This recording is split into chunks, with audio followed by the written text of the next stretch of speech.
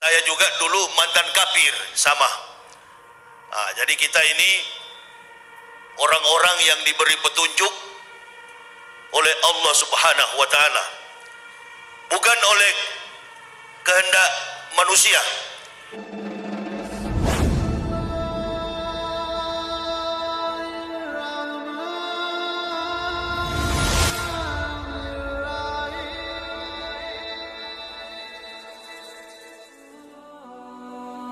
Assalamualaikum sahabat Hidayah Islam.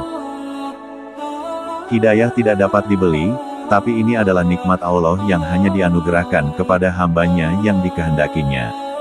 Sebagaimana firman Allah, barang siapa yang diberi petunjuk oleh Allah, maka dialah yang mendapat petunjuk dalam semua kebaikan dunia dan akhirat, dan barang siapa yang disesatkan Allah, maka merekalah orang-orang yang merugi dunia dan akhirat.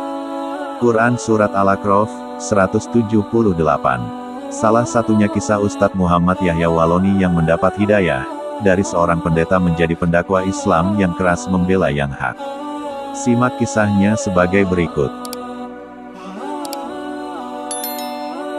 Anda penasaran siapa Yahya Waloni sebenarnya? Ustadz Muhammad Yahya Waloni. Namanya melejit baru-baru ini karena dakwahnya yang kontroversi. Yahya Waloni lahir di Manado tanggal 30 November tahun 1970, dan tumbuh dalam keluarga yang dikenal taat. Bahkan ia menjadi seorang pendeta. Nama aslinya Yahya Yopi Waloni. Setelah masuk Islam, namanya diganti menjadi Muhammad Yahya. Nama istrinya Luciana diganti menjadi Mutmainah. Nama anak-anaknya Silviana diganti menjadi Nur Hidayah, dan Sarah menjadi Siti Sarah. Sementara Zakaria tetap menggunakan nama tersebut. Sebagai pakar teologi, pendeta Yahya Yopi Waloni sangat mengetahui teori-teori yang ada dalam agama Islam. Meskipun masih beragama Kristen, Yahya memandang teori apapun yang ada di Islam sangat benar. Islam pun mampu menceritakan peradaban dunia dari yang lalu sampai sekarang. Bahkan, agama Kristen diceritakan pula dalam Islam. Namun, menurut pria kelahiran Manado tahun 1970 ini, yang paling membuatnya tunduk patuh hingga memutuskan untuk masuk Islam pada Oktober tahun 2006, adalah Islam menunjuk satu individu yang sangat tepat untuk menyebarkan ajarannya. Ada satu individu yang membuat saya tunduk dan patuh. Dia buta huruf tapi bisa menyusun Al-Quran secara sistematis, ujar pria yang mengganti namanya menjadi Muhammad Yahya Waloni setelah memeluk agama Islam itu. Orang Islam yang sudah memiliki teori yang benar saja bisa salah, apalagi yang tidak memiliki teori benar.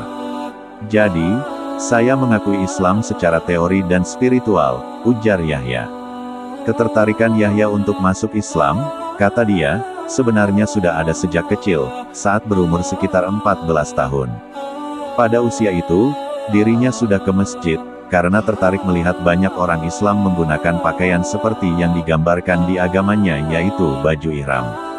Selain itu, dirinya pun sangat tertarik dengan gendang yang suka dimainkan di masjid-masjid. Saya hanya berani ke masjid satu kali saja, karena ketahuan dan dipukul sampai babak belur oleh bapak saya. Kalau nekat ke masjid lagi, saya takut bapak saya yang seorang tentara akan menggantung saya, ujar pria yang memiliki hobi bermain gendang ini. Namun, sambung pria yang pernah menjabat ketua Sekolah Tinggi Teologi Calvinis di Sorong, tahun 2000 sampai 2004 ini, dari sekian kejadian yang mendorongnya untuk memeluk Islam adalah pengalaman spiritual yang dialaminya. Suatu hari, saya bertemu dengan seorang penjual ikan, di rumah lama kompleks Tanah Abang, Kelurahan Panasakan, Toli-Toli. Ia memulai kisahnya. Pertemuannya dengan si penjual ikan berlangsung 3 kali berturut-turut dengan waktu pertemuan yang sama, yaitu pukul 9.45 WITA. Kepada saya, si penjual ikan itu mengaku namanya Sapo, dalam bahasa Bugis artinya sepupu. Dia juga panggil saya Sapo. Dia baik sekali dengan saya, ujarnya. Setiap kali ketemu dengan si penjual ikan itu, kata Yahya, dirinya berdialog panjang soal Islam. Anehnya, kata dia, si penjual ikan yang mengaku tidak lulus sekolah dasar itu sangat mahir dalam menceritakan soal Islam. Ia makin tertarik pada Islam. Namun, sejak saat itu, ia tidak pernah lagi bertemu dengan penjual ikan itu. Si penjual ikan mengaku dari Dusun Doyan, Desa Sandana, salah satu desa di sebelah utara kota Toli-Toli. Saat saya datangi kampungnya, tidak ada satupun warganya yang menjual ikan dengan bersepeda, tambahnya. Sejak pertemuannya dengan si penjual ikan itulah katanya, konflik internal keluarga Yahya dengan istrinya meruncing. Istrinya, Luciana tetap ngotot untuk tidak memeluk Islam, karena dipengaruhi oleh pendeta dan saudara-saudaranya. Ia tetap bertahan pada agama yang dianut sebelumnya. Jadi, kita memutuskan untuk bercerai, katanya.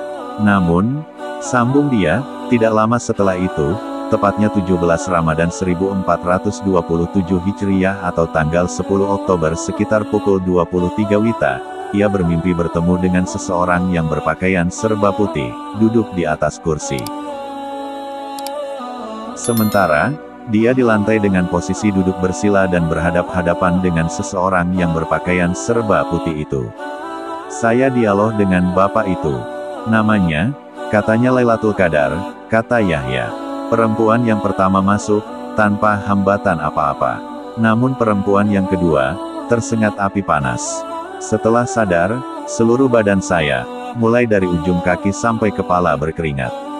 Saya seperti orang yang kena malaria. Saya sudah minum obat, tapi tidak ada perubahan. Tetap saja begitu, ujarnya. Setelah diceritakan ke istrinya, kata dia, istrinya semakin tidak percaya dan ingin bercerai dengan Yahya. Namun, beberapa jam kemudian, istrinya menangis karena mimpi yang diceritakan suaminya kepadanya, sama dengan apa yang dimimpikan. Akhirnya istri saya yang mengajak segera masuk Islam, katanya. Akhirnya, kata Yahya, bersama istrinya memeluk Islam secara sah pada hari Rabu, tanggal 11 Oktober tahun 2006, pukul 12 WITA, melalui tuntunan Komarudin Sofa, Sekretaris Pimpinan Cabang Nahdlatul Ulama, NU Toli-Toli. Setelah masuk Islam, ia dikenal sebagai pendakwah yang kerap mengangkat topik soal kristenisasi dan misionaris. Hal tersebut terkait dengan latar belakangnya sebagai mantan pendeta.